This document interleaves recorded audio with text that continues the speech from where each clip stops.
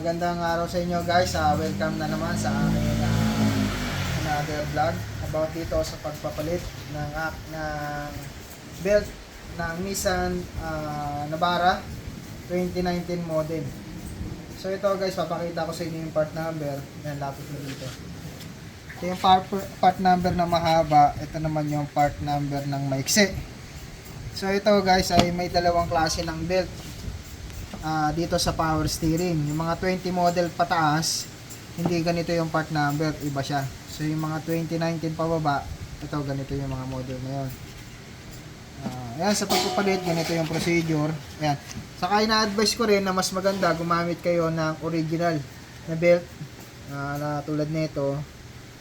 Kasi kung babasihan nyo dun sa itatakbo ng original, mas matagal. At mas ilang taon magagamit siya. Unlike dun sa mga replacement na minsan kalimitan, isang taon pa lang, umiingay na.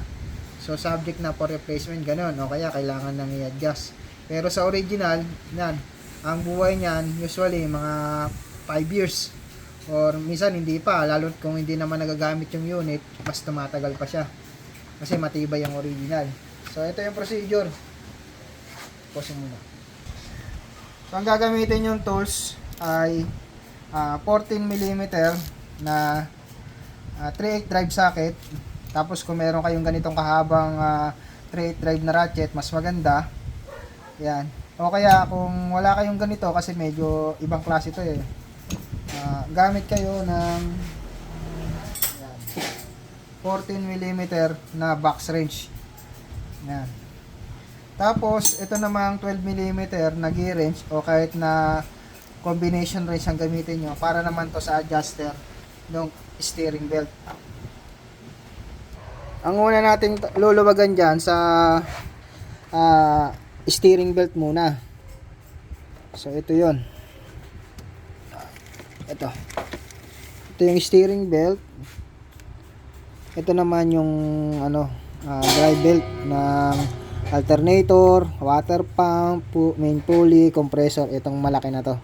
So ito, luluwagan natin yung 14mm na nut na nasa gitna ng pulley ng steering belt. After nyo maluwagan yan, ayan, pwede nyo nang i-adjust dito sa adjuster na 12mm yung laki, yung size ng ulo ng bolt.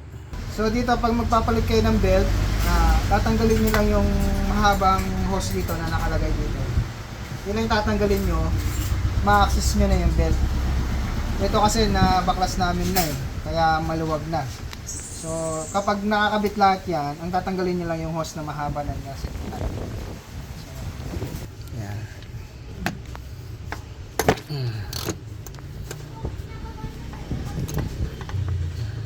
Tapos, pag naluwagan nyo na to, ayan. Pag naluwagan nyo na tong nut na nandito, yan, luwagan nyo na tong adjuster. Mas maganda, bilangin nyo yung pihit nyo. Yan. O kaya kung tansya nyo naman yung ikpit, yan, pwedeng tansyahin nyo na lang. Ngayon, mas maganda gumamit kayo ng ganitong gear wrench. Kasi kung 12mm na combination wrench, matatagal lang kayo. Kasi medyo mahaba yung pag-a-adjust niya, pagluluwag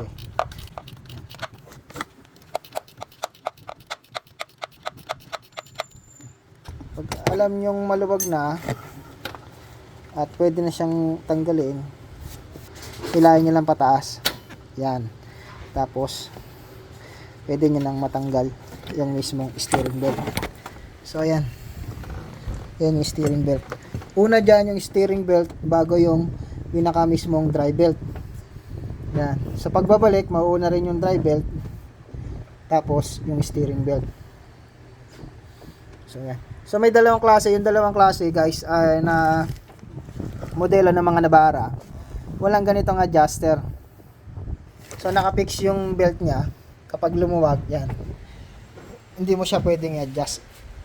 Hindi tulad nito mga 2019. Yan, ma-adjust nyo. So, yun yung number, 4PK820. And then, ito naman, yung ipapalit natin, 4PK820. Ngayon, sa pagtatanggal naman ng isang belt, ganito lang yan. Dahil self-tensioner yung isang belt, yan. Luluwagan nyo lang yung yung tensioner. So ito guys, nakapostura na ngayon yung ating socket at yung ating 3/8 drive na luwag nito clockwise. Yan. Pababa yun. Pag sinabi clock pababa. Yan. Ngayon, makikita nyo naman na yung belt maluwag na. Ayan. Pwede nyo nang kunin. Ayan.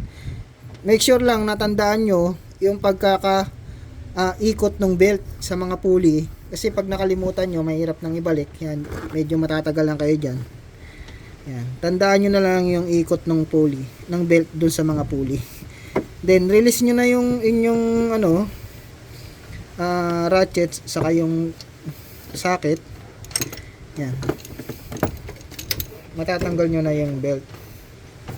So ito, tanggalin na natin.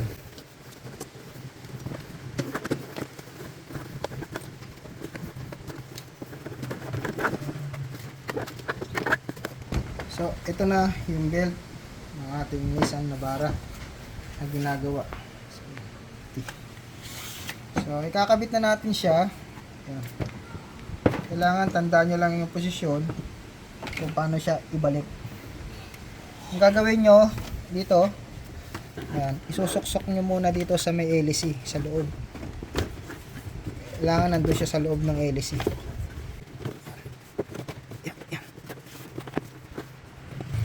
Yan. So kapag nandito na sa loob ng LC, uunahin nyo yung main pulley, yung crankshaft pulley. After ng crankshaft pulley, ipapasok nyo yung nasa gitna. Ayan. Pasok kayo ng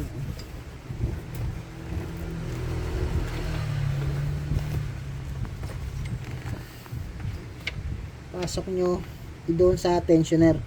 Unahin nyo muna guys yung tensioner. Ayan.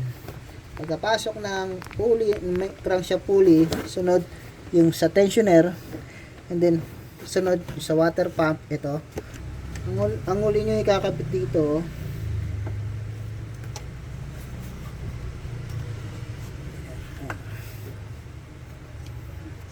Yan, pwede nyo lang ihuli itong sa idler pulley, alternator.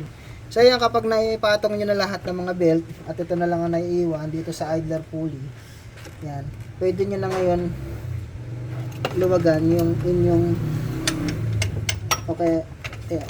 itulak baba yung inyong auto tensioner.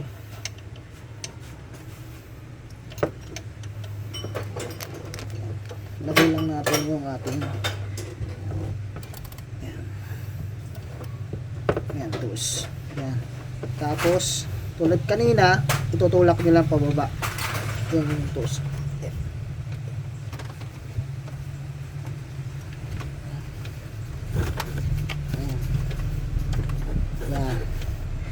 So kung makikita nyo, nakasampa na yung ating belt dyan sa idler, sa tensioner, sa water pump, at dun sa main pulley, pati sa alternator. Ngayon pag nakasampa na, auto tensioner naman siya, bibitawan nyo lang. Yan. Okay na yung ating drive belt. Yan. So i-check nyo lang isa-isa kung nakasampa na ng maayos yung mga pulley ay yung belt dun sa mga pulley.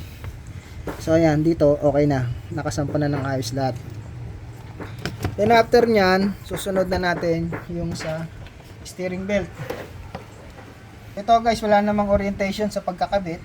Yan, pwedeng magpabaliktad, pwedeng so ilagay nyo lang. Yan. Pagparehan nyo lang yung posisyon ng number nung sa isa para naman maganda tingnan.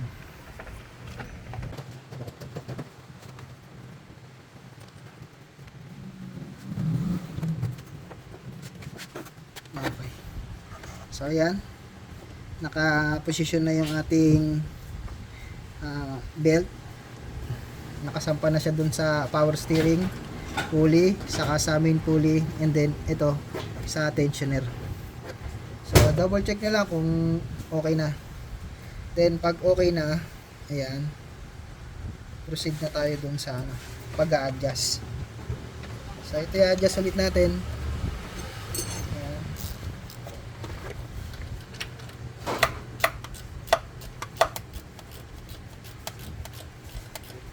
Medyo nahirapan kayo guys sa hindi nyo rin kabisado. Ayan, kung bilangin nyo na lang yung pihit nyo, tapos pasobrahan nyo ng mga 3, yan, para doon sa higpit.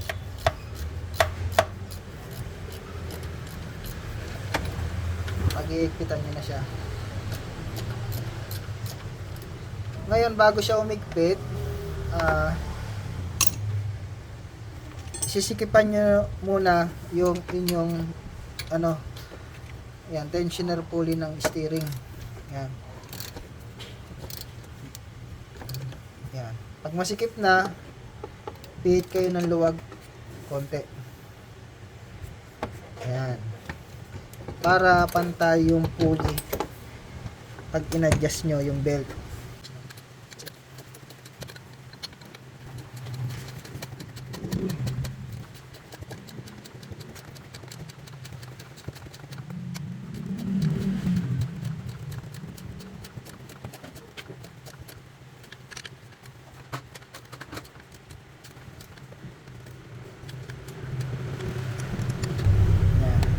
Pag okay na yung higpit dito sa adjuster nyo at yung belt ay okay na, yan, galaw-galawin nyo. Hindi kailangan na hindi siya sobrang higpit, hindi naman siya sobrang luwag, yung katamtaman lang. Then higpitan nyo na yung 14, yung 14mm na nut dito sa harap ng steering pulley, tensioner.